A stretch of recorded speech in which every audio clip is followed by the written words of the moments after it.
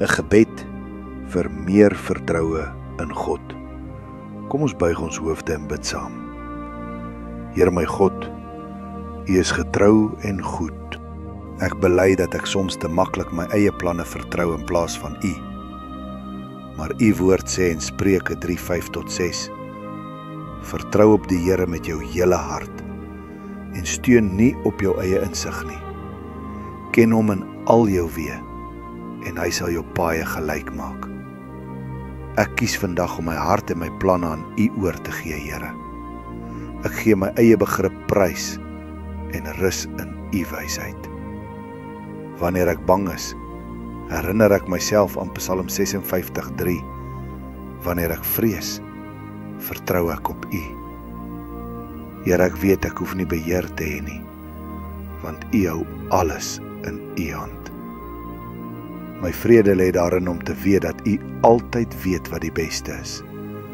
In Jeremia 17:7-8 staan: Geseënd is die man wat op die Here vertrou, en wie se vertroue die Here is. Hy sal wees soos 'n boom wat by die water geplant is, wat sy wortels uitstuur by die stroom. Here, plant my diep in U woord, sodat my geloof nie verwelk wanneer die droogte kom nie. Laat my wortels vas wees in U teenwoordigheid. U sê in Jesaja 26:4, vertrou op die Here vir ewig, want in die Here self, is 'n ewige rots. U is my fondament. Ek sal nie wankel nie, want U staan vas. En ek bid saam met Romeine 15:13.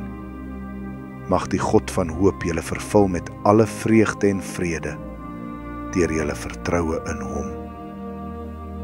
Vul my, Here, met vreugde, vrede en vaste hoop.